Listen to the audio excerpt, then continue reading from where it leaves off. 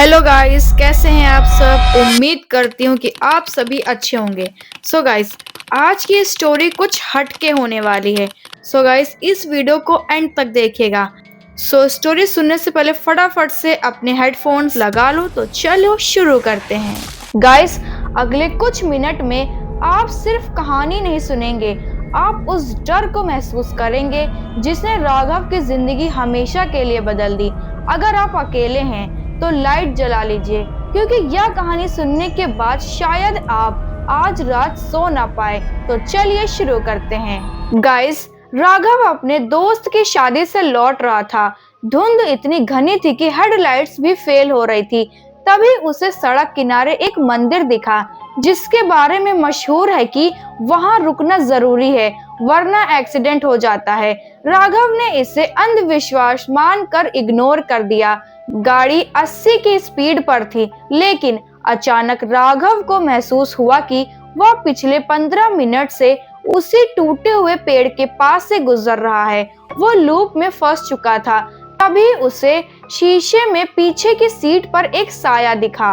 गाड़ी का इंजन अचानक बंद हो गया। सन्नाटा इतना गहरा था कि उसे अपनी सांसें साफ सुनाई दे रही थी। तभी उसकी कार की खिड़की पर एक हाथ आया, मिट्टी से सना हुआ, लंबी उंगलियां। वह साया बाहर खड़ा था, लेकिन उसकी आवाज सीधे राघव के दिमाग के अंदर गूंज रही थी। तुमने माथा नहीं टेका। उस साये की यह बात सुनकर राघव एकदम से घबरा गया।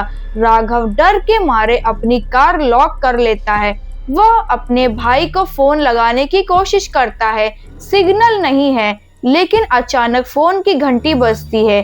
अब एक ट्विस्ट, फोन पर उसके भाई की आवाज आती है, लेकिन आवाज बहुत अजीब और भारी है। उसका भाई कहता है, राघव पीछे मत देखना, मैं तुम्हारे ठीक पीछे बैठा हूँ। राघव डर के मारे कांपने लगता है, क्योंकि उसका भाई तो शहर में है। वह धीरे धीरे शीशे में देखता है, पीछे कोई नहीं है, लेकिन सीट दबी हुई है, जैसे कोई भारी चीज वहां बैठी हो। दोस्तों, क्या आपके साथ कभी ऐसा हुआ है कि फोन पर किसी अपने की आवाज सुनाई दे, पर वो वहां हो ही नहीं?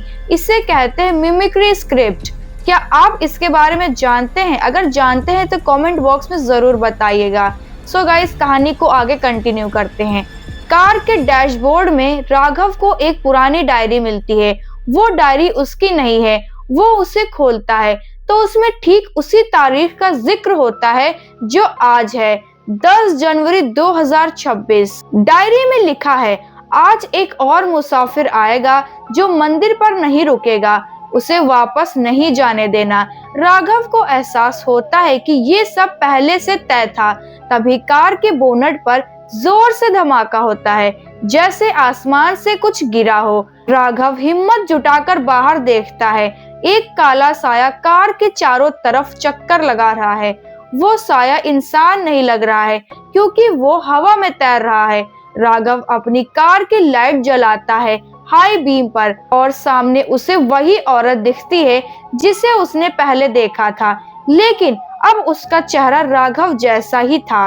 वह साया धीरे धीरे गाड़ी के शीशे पर उंगली से कुछ लिखता है, वेलकम होम।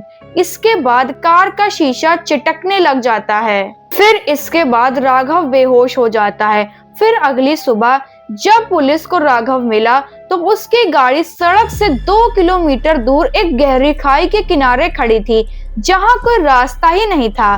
डॉक्टर ने बताया कि राघव सदमे में था, लेकिन सबसे डरावनी बात क्या थी? उसकी कार की पिछली सीट पर ताजी मिट्टी के पैरों के निशान थे, और राघव पूरी रात अकेला था। दोस्तों, NH-33 की ये घटना आज भी फाइलों में बंद है।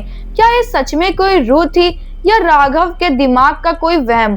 पर वो मिट्टी के निशान कहां से आए? दोस्तों, राघव की ये कहानी सिर्फ एक मिसाल है। भारत के ऐसे कई हाईवे हैं जहां आज भी साइंस हार जाती है। अगर आपको इस कहानी का पार्ट 2 चाहिए, जिससे हम उस डायरी का राज खोलेंगे, तो वीडियो पर 500 लाइक्स का टारगेट पूरा कर दीजिए। अगर आपके पास भी ऐसी कोई रियल इंस्पायर्ड स्टोरी है तो कमेंट में शेयर करें। हम आपकी कहानी को अगली वीडियो में फीचर करेंगे। जाने से पहले कमेंट में बताइए क्या आपको अंधेरे से डर लगता है या अंधेरे में जो छिपा है उससे? वीडियो को लाइक करें और सब्सक्राइब करना ना भूलें ताकि आप अगली खौफनाक रात मिस ना करें। तब तक संभल कर रहें क्योंकि शायद कोई आपके पीछे खड़ा है। तो मिलते हैं ऐसी और अमेजिंग हॉरर स्टोरीज के साथ, तब तक के लिए bye bye and take care.